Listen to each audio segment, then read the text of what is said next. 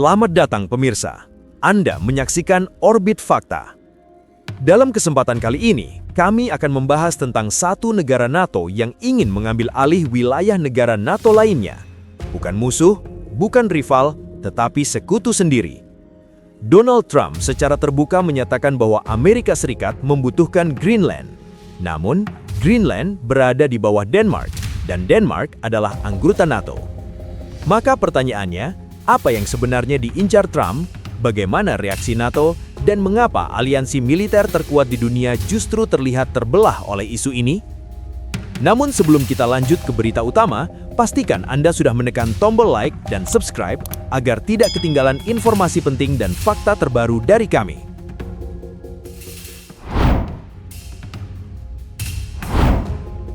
Ini adalah fase baru dinamika geopolitik Atlantik Utara, ketika stabilitas aliansi militer terkuat di dunia diuji bukan oleh musuh eksternal, melainkan oleh pernyataan terbuka dari salah satu anggotanya sendiri. Pada Agustus 2019, Donald Trump saat itu menjabat sebagai Presiden Amerika Serikat, untuk pertama kalinya menyampaikan gagasan bahwa negaranya tertarik untuk mengambil alih Greenland. Pernyataan itu muncul dalam laporan media internasional dan segera dikonfirmasi oleh lingkaran Gedung Putih. Kala itu, respons Eropa bersifat meremehkan. Pemerintah Denmark menyebut gagasan tersebut tidak masuk akal, dan isu tersebut mereda tanpa eskalasi strategis lebih lanjut. Namun, situasinya berubah drastis setelah Trump kembali berkuasa. Memasuki akhir 2025 dan berlanjut hingga Januari 2026, wacana Greenland tidak lagi disampaikan sebagai ide ekonomi atau transaksi simbolik.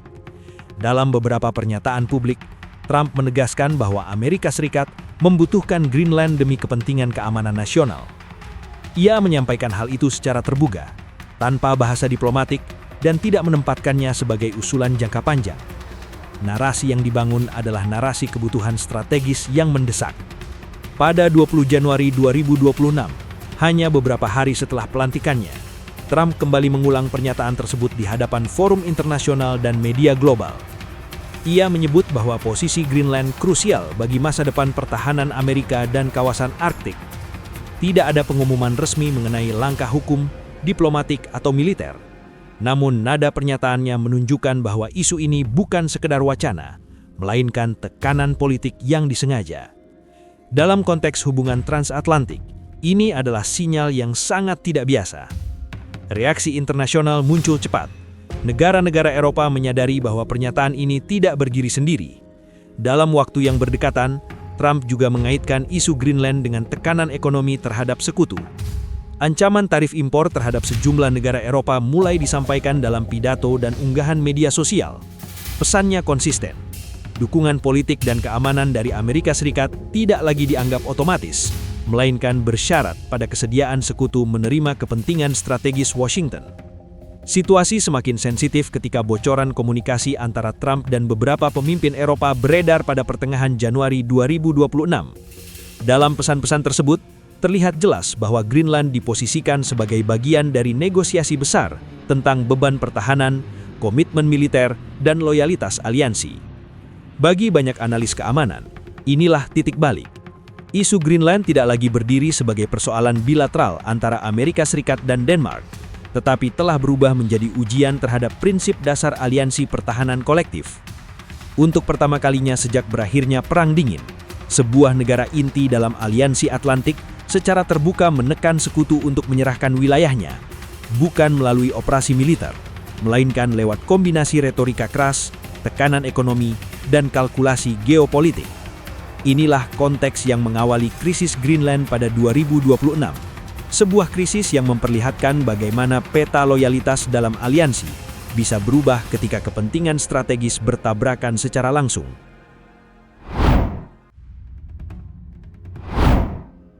Untuk memahami mengapa tekanan terhadap Greenland menjadi begitu serius, perhatian harus diarahkan pada posisi dan fungsi wilayah ini dalam arsitektur keamanan global.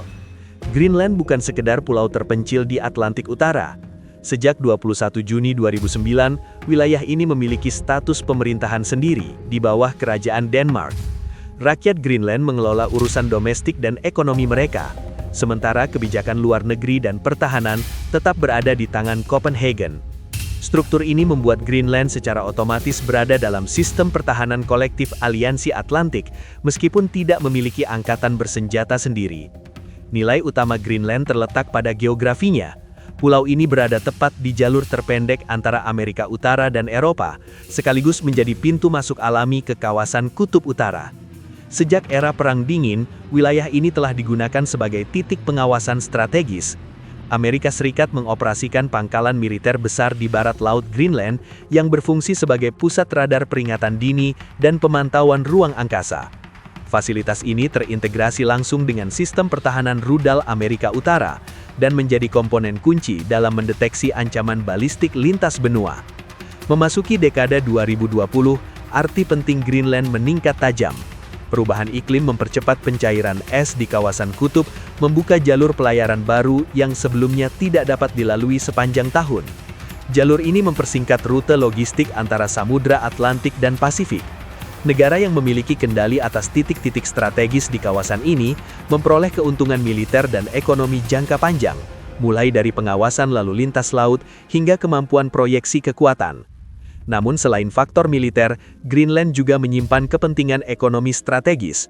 Berbagai survei geologi menunjukkan potensi besar mineral kritis, termasuk logam tanah jarang dan uranium. Bahan-bahan ini menjadi tulang punggung industri teknologi tinggi, energi bersih, dan sistem persenjataan modern.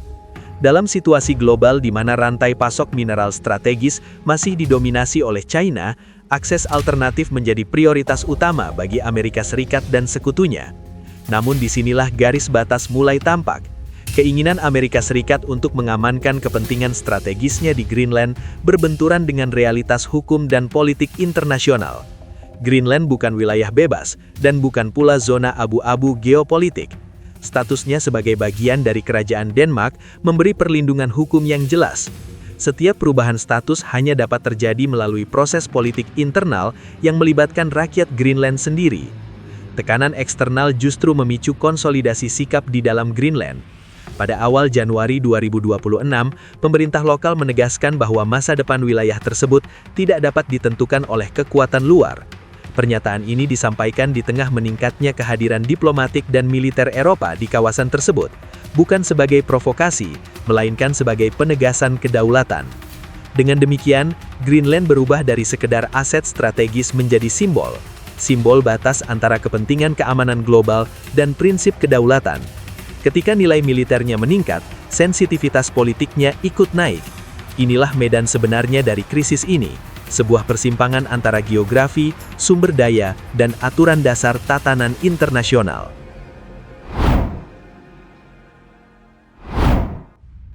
Ketegangan mencapai fase baru pada pertengahan Januari 2026. Ketika respons kolektif negara-negara Eropa mulai terlihat secara terbuka. Pemerintah Denmark bersama otoritas Greenland menyampaikan penolakan tegas terhadap tekanan Amerika Serikat. Pernyataan itu tidak disampaikan dengan nada konfrontatif, melainkan dengan bahasa hukum dan politik yang jelas. Greenland tidak dapat dialihkan, tidak dapat dinegosiasikan, dan tidak berada dalam ruang tawar-menawar strategis antar negara. Pesan ini disampaikan bersamaan dengan penegasan bahwa wilayah tersebut tetap berada dalam kerangka pertahanan kolektif Aliansi Atlantik. Langkah ini diikuti dengan tindakan simbolik dan praktis. Denmark meningkatkan kehadiran militernya di Greenland melalui latihan dan rotasi pasukan yang telah direncanakan sebelumnya. Beberapa negara Eropa lainnya ikut berpartisipasi dalam aktivitas militer terbatas atas undangan resmi Denmark. Tujuannya bukan untuk membangun kekuatan ofensif, melainkan untuk menegaskan komitmen solidaritas. Kehadiran ini mengirimkan sinyal politik bahwa isu Greenland bukan persoalan bilateral semata, tetapi menyangkut kredibilitas aliansi secara keseluruhan. Di tingkat institusional, peran Sekretaris Jenderal Aliansi menjadi sorotan. Sejak awal krisis, pimpinan NATO menegaskan bahwa prinsip kedaulatan anggota adalah fondasi yang tidak dapat ditawar. Pernyataan resmi yang dikeluarkan pada pertengahan Januari 2026 menekankan bahwa setiap perbedaan pandangan harus diselesaikan melalui dialog internal, bukan tekanan sepihak. Tidak ada pernyataan yang mendukung klaim atau ambisi pengambil alihan wilayah oleh negara anggota lain. Namun, situasi ini menciptakan dilema strategis. Amerika Serikat adalah tulang punggung militer aliansi. Kontribusinya terhadap pertahanan Eropa jauh melampaui negara anggota lainnya. Ketika negara dengan posisi dominan ini menggunakan bahasa tekanan, ruang manuver institusi aliansi menjadi sempit. NATO harus menjaga keseimbangan antara mempertahankan persatuan dan menegakkan prinsip yang menjadi dasar keberadaannya. Respons Washington terhadap penolakan ini tetap berada dalam ranah politik dan ekonomi. Retorika keras terhadap sekutu Eropa meningkat, disertai ancaman kebijakan perdagangan yang lebih proteksionis. Namun tidak ada indikasi langkah militer langsung. Strategi ini mencerminkan kalkulasi yang cermat. Konfrontasi terbuka di dalam aliansi akan merusak kepentingan jangka panjang Amerika Serikat sendiri, terutama di tengah persaingan global yang semakin tajam. Bagi banyak pengamat, krisis Greenland menjadi cermin perubahan dinamika kekuasaan di dalam aliansi Atlantik. Loyalitas tidak lagi diasumsikan, tetapi dinegosiasikan. Solidaritas tidak lagi bersifat otomatis, melainkan bersyarat pada kesesuaian kepentingan nasional. Greenland dengan segala nilai strategisnya hanyalah pemicu. Yang dipertaruhkan sebenarnya adalah apakah aliansi ini mampu bertahan sebagai komunitas berbasis aturan atau bergeser menjadi arena tawar-menawar kekuatan antar anggotanya sendiri. Pada titik ini, NATO tidak sedang menghadapi serangan dari luar. Tantangan terbesarnya datang dari dalam, dari perbedaan cara pandang tentang kekuasaan, kepentingan, dan batas pengaruh di dunia yang semakin kompetitif. Krisis Greenland memperlihatkan bahwa peta geopolitik global tidak hanya digerakkan oleh konflik terbuka, tetapi juga oleh tekanan di antara sekutu. Di balik bahasa diplomasi dan aliansi, kepentingan strategis tetap menjadi faktor penentu arah kebijakan. Kasus ini menunjukkan bagaimana wilayah yang tampak jauh dan terpencil dapat berubah menjadi titik krusial dalam pertarungan pengaruh, keamanan, dan legitimasi internasional.